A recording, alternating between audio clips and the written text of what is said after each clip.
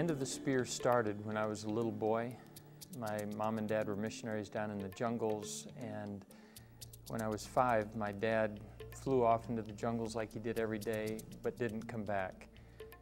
And it turned out that he and 4 of his friends had been killed by a violent tribe of people that they had been trying to contact, who had never previously had any contact with the outside world.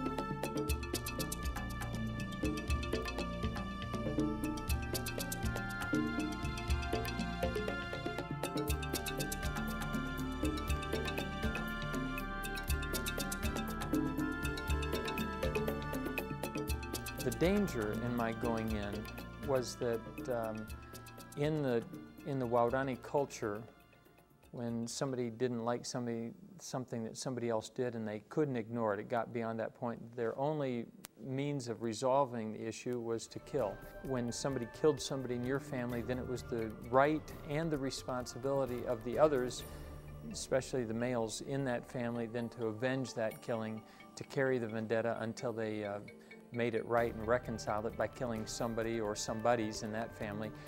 So when I went in, the Waodani knew that they had killed my father and his 4 friends, and so they had to assume that within their cultural understanding, and assuming that the rest of the world lived the same way, it would be my right and my responsibility to avenge my father's death by killing them. So the smart thing to do is to kill me before I could get big enough that I could kill them. Now, pretty soon I began to realize everybody there had family members who had been speared either by other people in this clan or by other people in another clan. And so when it came around to finding out who had killed my father, you need to understand that the fact that my father had been speared by these people didn't distinguish me from them. It really made me more part of them. It was that almost that bond or that rite of passage that somebody in my family had been speared too.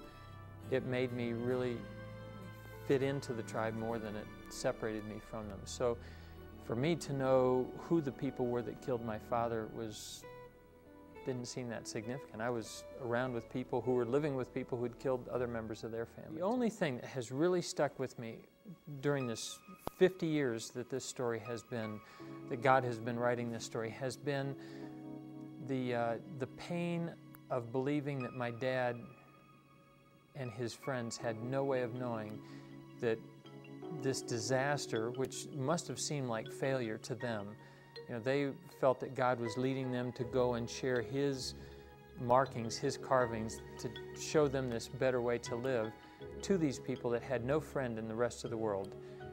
And then here they were dying out in a lonely beach in the headwaters of the Amazon River in the middle of nowhere in the rainforest.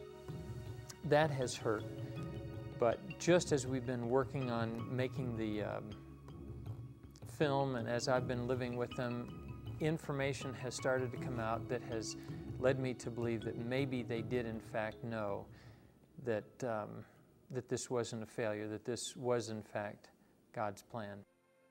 In the process of writing this down, I realized, I'm writing about how people that are family to me killed my family. But at the same time, it was just incredible to realize how God had orchestrated all this and then had orchestrated reconciliation without anybody even planning it. That I could belong to both sides of what happened there at Palm Beach and then could go on being part of this through now the rest of my life. That's incredible. It's a story that is beyond imagination. Nobody would dare to write a plot like this because nobody would believe it unless it was true. And I've gotten to watch it, and now to record it, to write it into a book.